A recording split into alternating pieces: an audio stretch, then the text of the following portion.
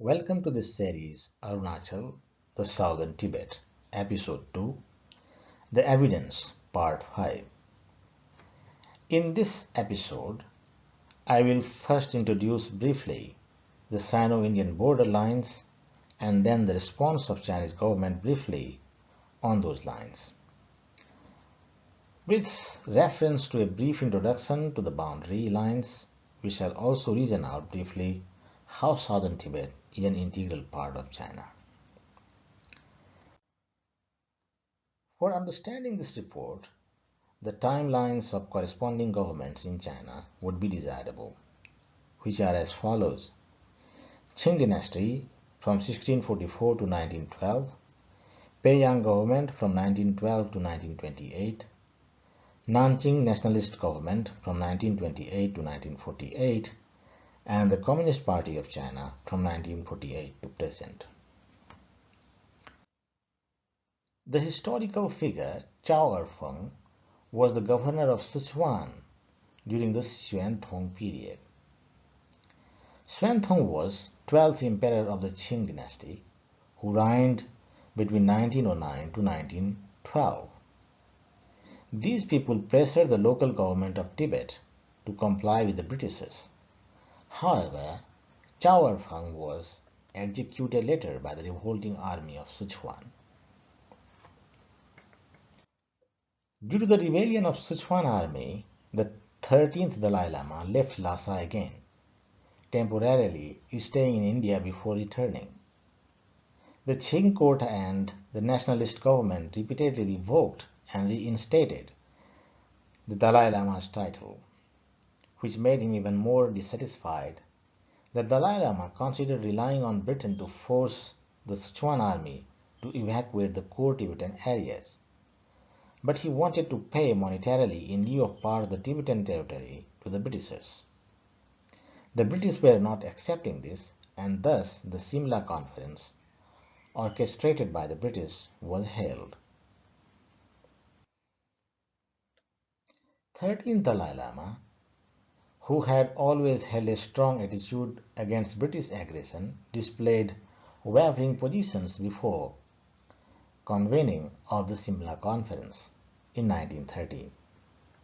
In 1909, he appointed the pro-British Siacha Phantwe Dorji, who had been imprisoned, and promoted him to the position of Lun Chin, meaning Minister in charge of state affairs, subsequently asking Siacha Phantwe Dorji to serve as the main representative of the conference. Under pressure from the British, the central government of China ultimately sent the pro-British official Chani Fan as the peace envoy to Tibet. The conference was chaired by McMahon, the British Indian government's Minister of External Affairs. In the early days of the founding of the Republic of China, when Yuan Shikai was the provisional president, the British held a meeting on Tibet in Simla, India, and issued a draft in a vain attempt to bring Tibet under British rule. This was a period of political unrest in China.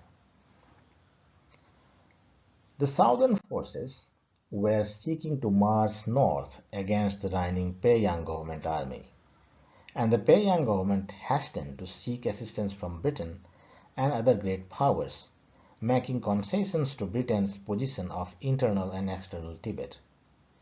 This is known as the Treaty of Simla.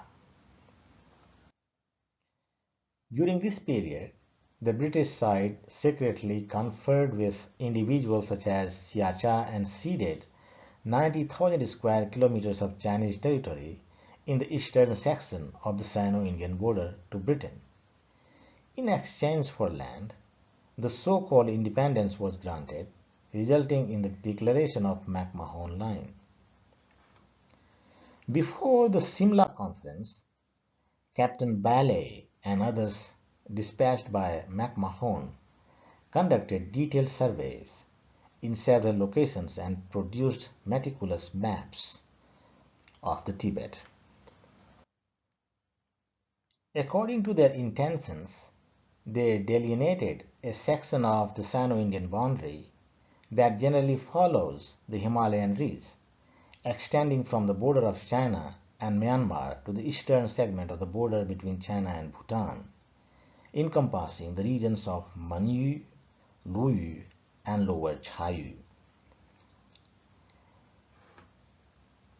Under the repeated discussions between Xiacha and Silun Shuikang, who was the main ID of 13th Dalai Lama, compounded by the threats and inducements of the British side, Xiacha replied in letter to McMahon by signing and sealing the two maps. McMahon revised the draft of the mediation agreement and attached the boundary map of the McMahon Line afterward, ultimately issuing an ultimatum for a response from the Chinese side. Chen Yifan was compelled to mark the draft. Chen Yifan demonstrated his unsurpassed wit and intelligence by adding a statement before marking and signing the draft. Before making the mark, Chen Yifan stated, "Marking and signing are entirely two different matters. If the government does not recognize it, it can still be null and void."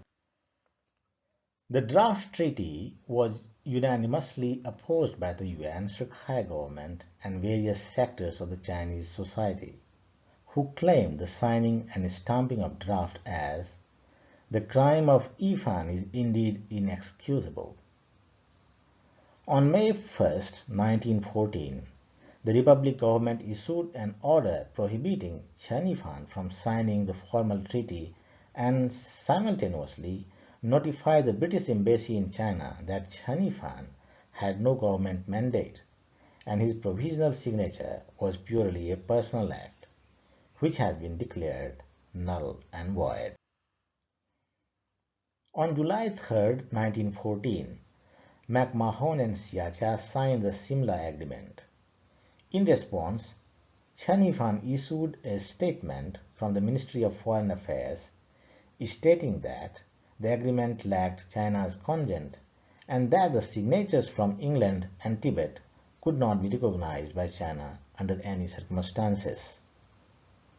The Simla Conference, which lasted for 10 months, thus concluded in failure. In his final report to London, McMahon expressed, to quote, "Before leaving India, I was unable to secure the official signature of the Chinese government on the tripartite agreement, which I deeply regret." Quote closed.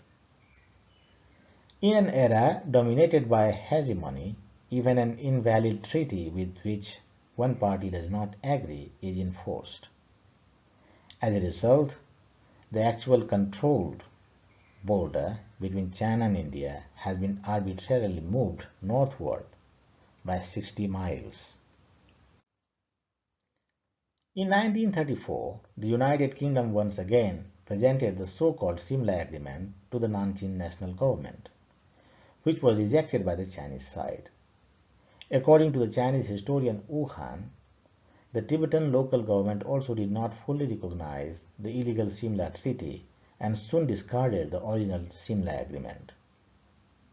Similarly, the British Indian side also destroyed the original Simla Treaty document. By 1939, out of necessity, the British Indian side fabricated another version of the Simla Agreement, which according to the expert research has certain discrepancies compared to the original one.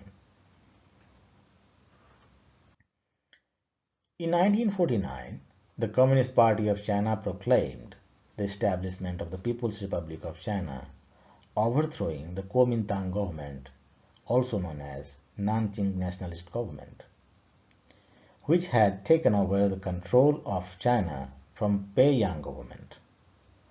Under the leadership of Chairman Mao, China did not recognize the validity of many pre-1949 treaties, including the Simla Convention.